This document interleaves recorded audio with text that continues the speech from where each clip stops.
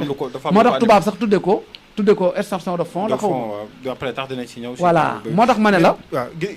ne la ànd politicien yi daal Cheikh Anta ku yabu deme ci sa xel boo politiqueul booy politique nag mën nga def lu ne man en réalité boo gisee yenn yi ma ñeme ko parce que damaa amul ambition politique du maire du député du dara xam nga looloo tax ma ñeme leen a wax lu ne parce que du yàgg mais man nag dama ñaan yàlla askan bi fi mu ne nii benn cible laa am mooy majorité silencieuse bi ma fexe ba bala ñoo jël seen carte bi di ko sànni Cheikh Anta ñu xam kan mooy Cheikh Anta moo tax ma indi benn slogan léegi dafay benn slogan laa indi man non dafa am ku ma gën a jege mooy président Macky Sall kooku nañ ko teg à côté non mais am na parti yoo xam ne tax ñoom nga gën a jege dama am ak ñoom jàmm seeni leader ñoom laa amal jàmm comme jàmm ji ma am ak yow du jàmmi complot du jàmmi teg di te jàmmi waxtaan la ci réew mi kenn mënu ma ci manipuler te kenn jéem ma si manipuler ñi may fréquenté yëpp amul kenn ku ma ci jéem a mën a manipuler jàmm ji de ci am politique yi jàmm ji de jamono yee safoon na si yow sapakkaan mais ba mujjee jënd glace daa mel kan yow non man xam nga man du ma kuy jënd glace dañ ne bu njaab yàggee léegi gawar feeñ te affaire yaa ngi ñëw ci kanam yëf yi maa ngi koy seen nii coow li dafa tàkk jëppët te boobaa du maa koy taal keneen a koy taal coow loo xam ne moom te bu boobaa yaa si woote njëkk yaa ne yaa ngi jéggalu moom non maanaam majorité silencieux bi nga jéggalu voilà ñooñu nga xam ne ñoom xam nga lu ñu xaar ci Abdou Nguer mooy programme am na wala problème am na wala am na lu ñu war a wax ngir génn waxal leen ko mooy ñi dajal ci mbedd yi sama maam yi sama papa yi ñooñu laa jéggalu ko ne fañ naa leen ñeenti fan yoo xam ne waxuma ci réew mi loolu nga leen jéggalu loolu moo ma naqari mooy toog ñeenti fan yoo xam ne waxuma ci réew mi topp ay balla puy do yoo xam ne seen intérêt politique kese leen ñor ak nu ñu def ba exister parce que xam nga nit bu toogee ci télé naan yéen politiciens yi moytu leen ngeer déedéet ngeer a leen war a moytu parce que li ngeen soxla mooy réew mi te ngeer soxlawu ko ngeer li mu soxla mooy nax yi ngeen di nax réew mi ngeen bakko kooku toogoon dafa juum naan non kooku toogoon tax ñaari côté yi la dem wax non xaaral dafa xam nga lu tax mu juum mooy moom réew mi moo xëy na da cee teg bët wala daa am nit koo xam ne moom la tegal bët ci réew mi wala daa am ku mu bëgg a def député wala daa am ku mu bëgg a jox mairie de Dakar te loolu sax dama koy leeral gis nga dama koy leeral tudd tur xam nga Abou Diallo daa toog ci télé bi ne politiciens yeeg homme d'affaires yi moytu leen ngeer bu fa kenn toog ak moom tudd ay tur wax ba doyal Abou Diallo dafa ànd ak Barthélémy Dias ay at lañ ànd ñoom ñaar sekk teraanga bu ne Abou Diallo di ko lalal ci suuf di wut beneen candidat pour mairie de Dakar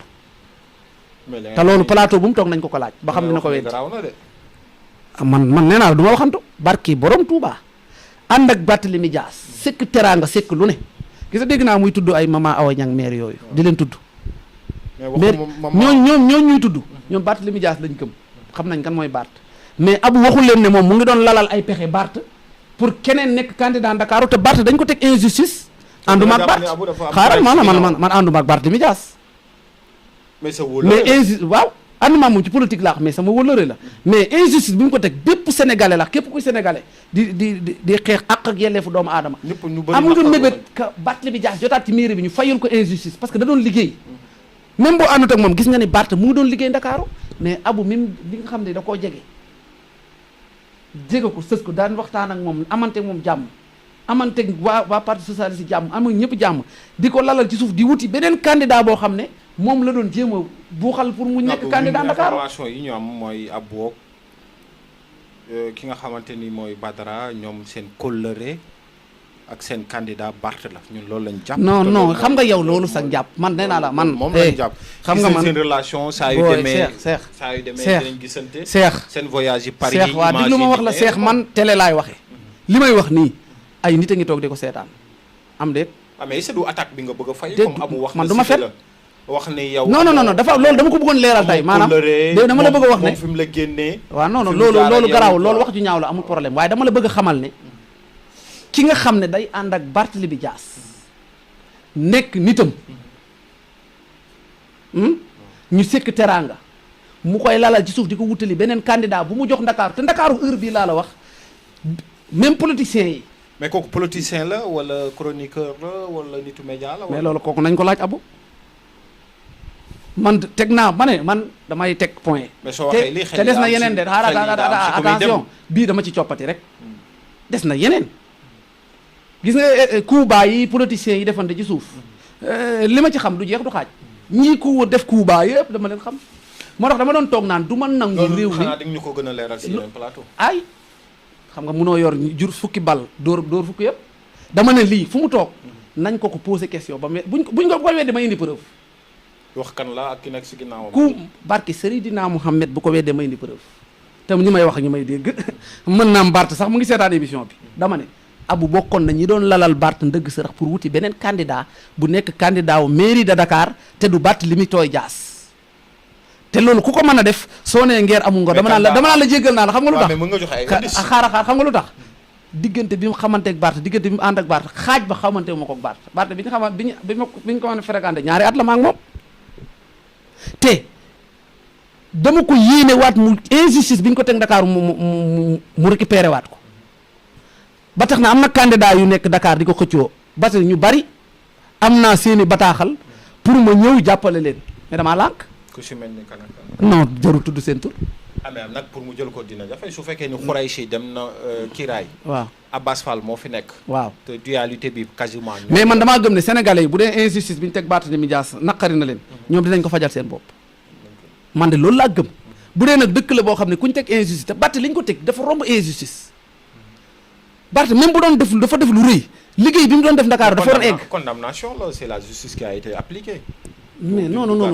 Barth benn préfet moo dem benn waaye sol kilo tam dem wax préfet mu génne ko. koo xam ni ñoom ñaar am na lu ñu sekkoon. merci beaucoup te ñooñu ñoo doon wax ne Macky Sall ko bëgg a génne Macky Sall am élégance. bàyyi ko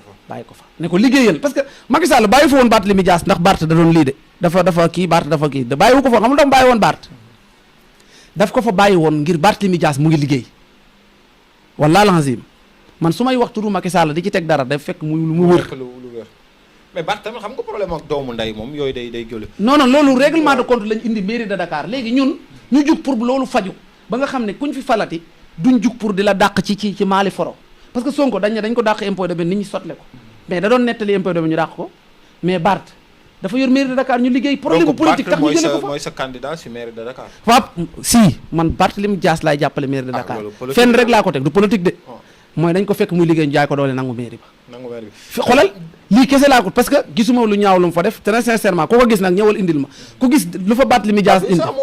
non bi nga nekkee fee mi ngi fa dem ñëw gis nañ ñaar Barth moom dafa nekk proximité aussi Barth moom sama nit la loolu bañu ma ko waaye dama ne la ku gis ñaawte fu Barthélémy Dias def indil ma ko su ma gëstoo ba xam ne dëgg la fa laa koy bàyyee loolu dina leer xoolal képp koo gis lu mu def mairie Dakar lu dul yoon indil ma su dul loon fa laa koy bàyyi waaye pour leeral ne ñi nga xam ne dafa am ñoom dañuy jug ci télé yi di tam nit ay dëmm di yàq deru nit fekk ñoo gën a yées ña ñu yàq loolu laa bëggoon a leeral rek te journaliste yi ñi ngi may dégg ñi ma tudd nii ku ci xam ne si am na lu ñu koy wax nañ ko woon ñu ne ko yow kat diw nee na nangam ak nangam nañ tudd sama tur d'accord JO yi mi ngi ñëw peut-être Abbas moo porté combat boobu Barth amul chance bi donc ñu koy ñaanal aussi mu am réussite je pense que ni di nga si jàpp aussi